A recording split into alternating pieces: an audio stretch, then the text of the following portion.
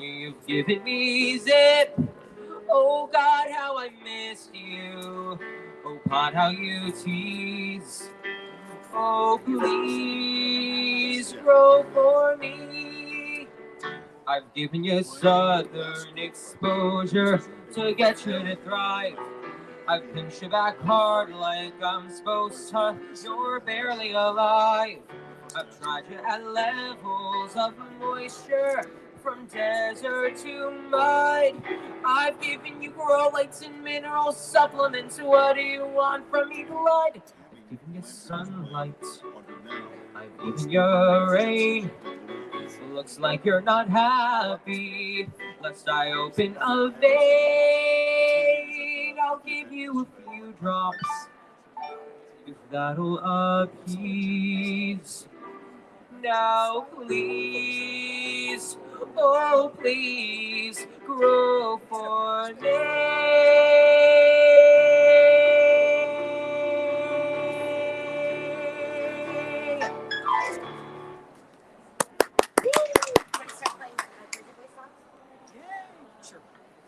Fabulous, Joshua. That was awesome.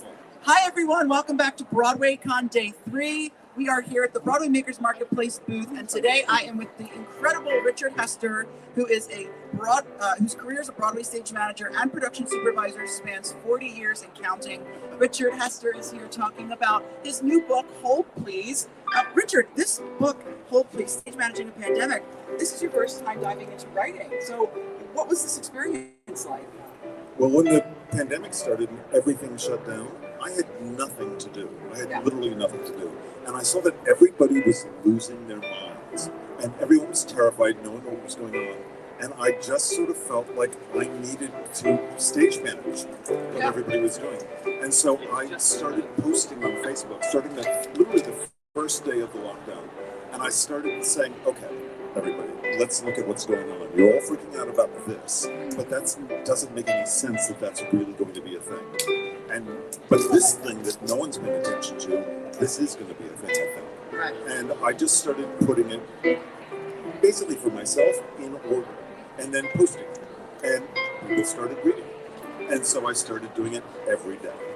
Well, and every day you turned it into this great book, which goes over almost a whole year from the pandemic. And was it also a little cathartic to write this as well in the midst of all of this happening? Was there a little bit of catharticism that our industry was not around, but you had sort of these writing to help you with everything? As I was writing, I started sort of tying in what was going on to what was going on with me, my relationship with the industry, and then of course all of what was going on with us trying to figure out who we really are with the George Floyd stuff as it came through, and realizing who we were. And so the more I wrote, the deeper into who I was I went, and which was embarrassing sometimes, I have to say. But I would sometimes write something and go, oh my goodness, nobody wants to read that.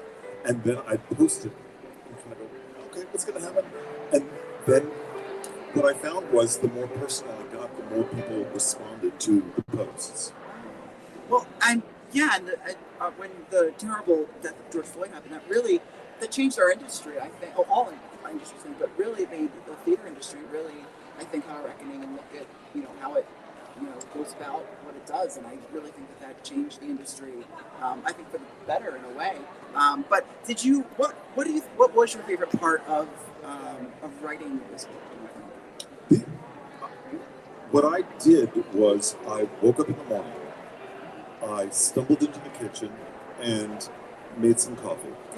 I then sat on the couch and I wrote from about 9:30, 10 to about 1 o'clock in the afternoon. And that was my job. Yes. Then I spent the rest of the day either walking around New York or doing whatever. But I didn't write after 1 o'clock usually. And I would post at 1 o'clock. And it gave me a structure and it gave me a job. And it turns out, actually, that that's exactly how Stephen King writes. He wakes up in the morning, he writes for 3 or 4 hours, and then he spends the rest of the day on the couch watching ball games. And so, Really? so I'm like, well, if Stephen King can write that, then so can I.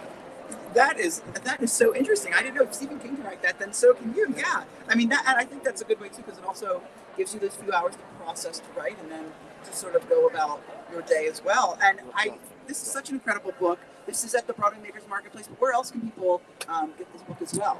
You can get it on Amazon and on Barnes and Noble. I was incredibly moved to see that the Drama Bookshop is carrying it. That's amazing. So we're trying to figure. The interesting thing about publishing a book that isn't with a mainstream publisher is that it's very difficult to get them distributed. So Barnes and Noble will only put the book in the store if it reaches a certain level of sales. And I knew that this is very much a niche book. I knew it wasn't really going to ever be a bestseller or anything like that. And I've chosen to be fascinated by trying to figure out how do you actually get a book out there. Yes. And I mean, I admire performers who can go in and audition and, sell themselves. Right.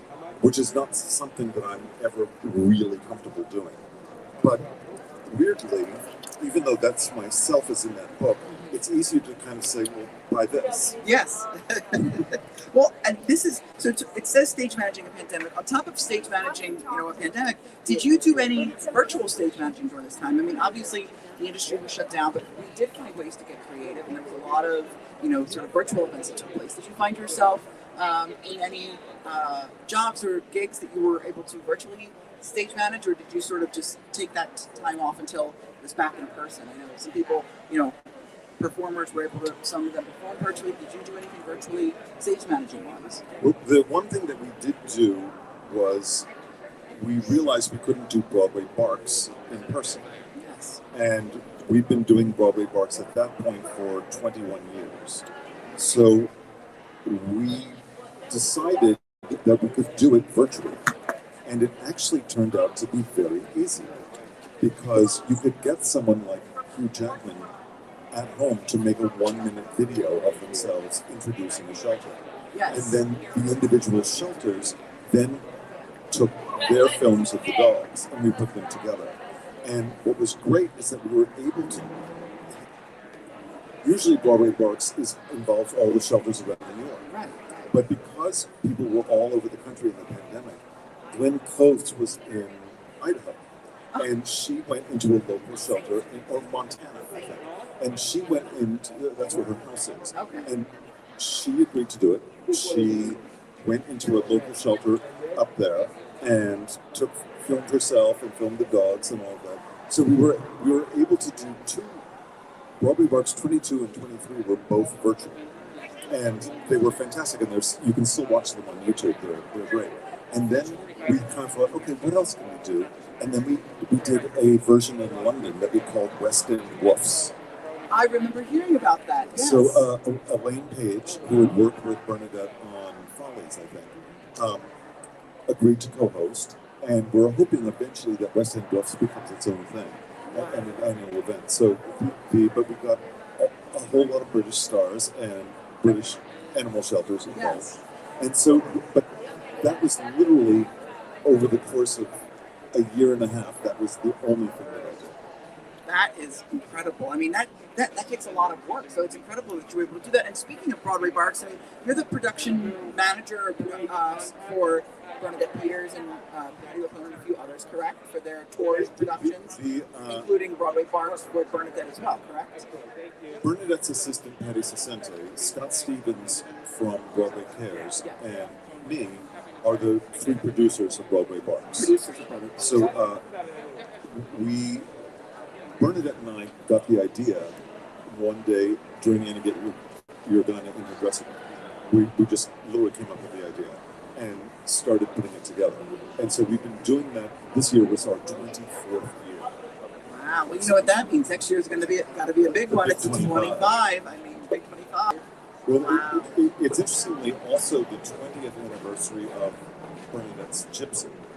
And I don't know, for whatever reason, sometimes you work on a show and you become really close friends with everybody in the cast. And then maybe the next 6 shows, you have a perfectly good time, but you never really talk to those people again.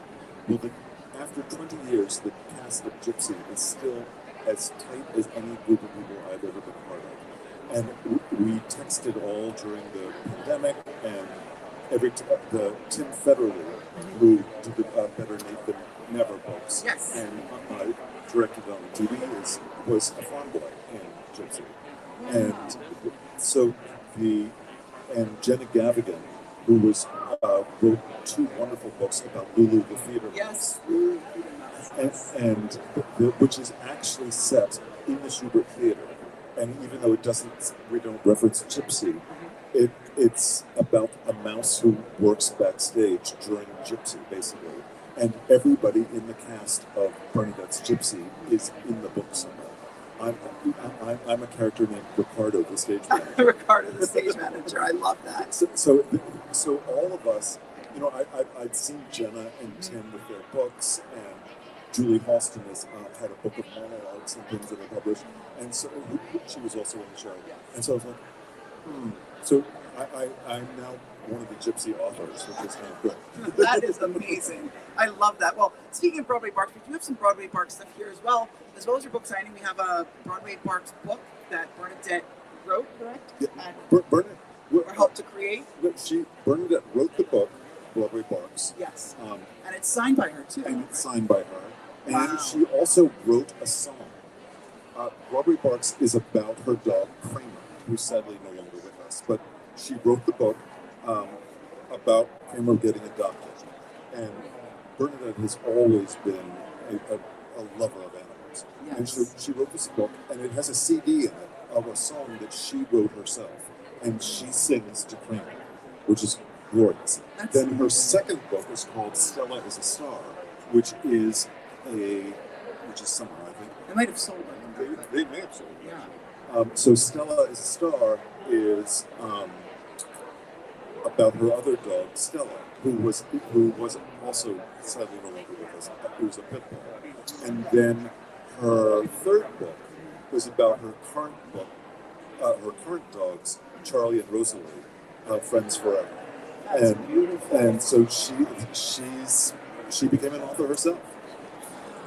Well, I mean, the books are so popular. People love, obviously, Bernadette. So we have that for sale. We also have some pictures of Bernadette with her dog. It's a drawing. And so come on by to the Broadway Makers Marketplace booth. We also have Richard signing copies of Hold Please. And we have some Broadway Barks shirts and everything in between. So if you missed Broadway Barks yesterday, if you wanted to, get your hands on some merchandise from Bernadette Peters and Broadway Barks, we have stuff here. Richard, thank you so much for chatting with me. I find you so fascinating, your career so fascinating, and I love that you know everyone, and I am so thrilled that you wrote this book, and I can't wait to see what you do next. You were talking to me earlier about a book you had in mind, and so I think the sky's the limit, and if everyone can go check this out, hopefully you can get it wherever you get your books, or if you're in New York, go to the Drama Bookshop, go on Amazon, or come to the Broadway Makers Marketplace at Columbus Circle, Turnstile Underground Market, pick it up. If you're here at Broadwaycon, we're selling copies here. Come on out and get it and get Hold Please. And Richard is such an incredible person, and who knows, maybe you'll see him on Broadway soon, stage managing a show. Who knows? We'll see. And I have to say, Broadway's Makers Marketplace is a truly remarkable place. When I was in college, in high school, and I was obsessively standing by stage doors, getting everybody's autograph, I would have been in heaven if there was a store like this. So Michael T. Clarkston, who of course was a stage manager on Jersey Boys with me at the beginning, has created something truly remarkable. And I honestly urge everybody to come down and have a look at it. It's as much fun as you can possibly have.